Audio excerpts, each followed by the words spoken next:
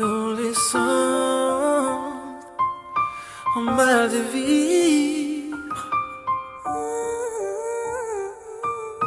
attiré par le vide, attiré par le vide, adolescente en mal de vivre.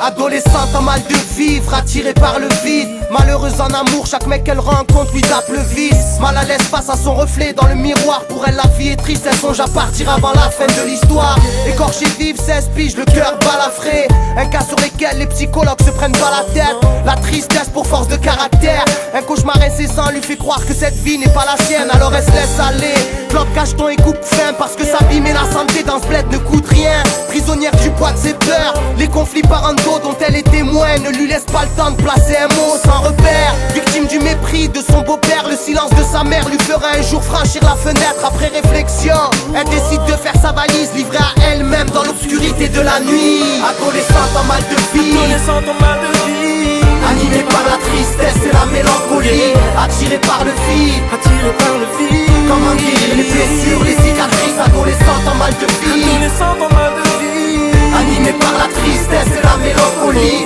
attirée par le vide, attiré par le vide. comment guérir les blessures, les cicatrices. Désormais seul avec son sac de sport, confronté à son sort. Quelques euros au fond de la poche, c'est pas le grand confort. Se dire qu'elle a tourné une page, la réconforte. Dégoûtée de comment tous les adultes se comportent.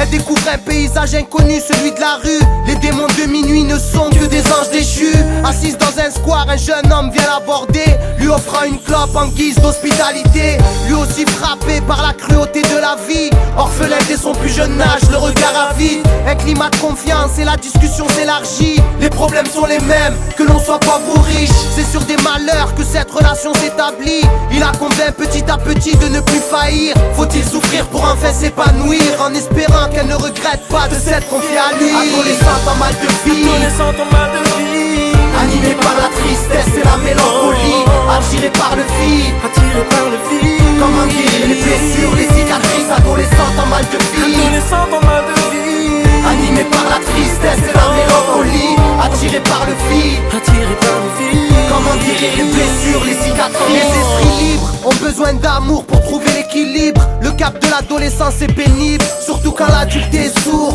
Aucun problème ne se résout dans les quartiers chicous en bas des tours. À vivre comme des fugitifs, l'aventure devient plaisante. L'important c'est de pouvoir vivre à fond l'instant présent. Mais comme toute histoire, celle-ci a une fin. Un beau matin, une perquisition dans l'appart du jeune homme en vain. Un avis de recherche fut déposé par les parents de la petite. Une brise d'enfer après le paradis. De retour au domicile familial, la mésentente fait que celle-ci sera convoquée devant la juge des enfants. Le verdict, un placement en foyer à 500 bornes de sa ville, qui la priverait de l'homme de sa vie. Adolescente en mal de vivre, attirée par le vide, car les adultes ne l'ont toujours pas compris. Adolescente en mal de vie, Adolescente en mal de vie, animée par la tristesse et la mélancolie, attirée par le vide, attiré par le vide. comment guérir les blessures, les cicatrices. Adolescente en mal de vie, Adolescente en mal de vie, animée par la tristesse et la mélancolie, attirée par le vide, attiré par le vide. comment guérir les blessures, les cicatrices. Adolescente en mal de vie, Adolescente en mal de vie, animée par la tristesse et la mélancolie, attirée par le vide, attiré par le vide. comment guérir les blessures, les cicatrices. Adolescente en mal de vie, Adolescente en mal de vie, animée par la tristesse et la mélancolie,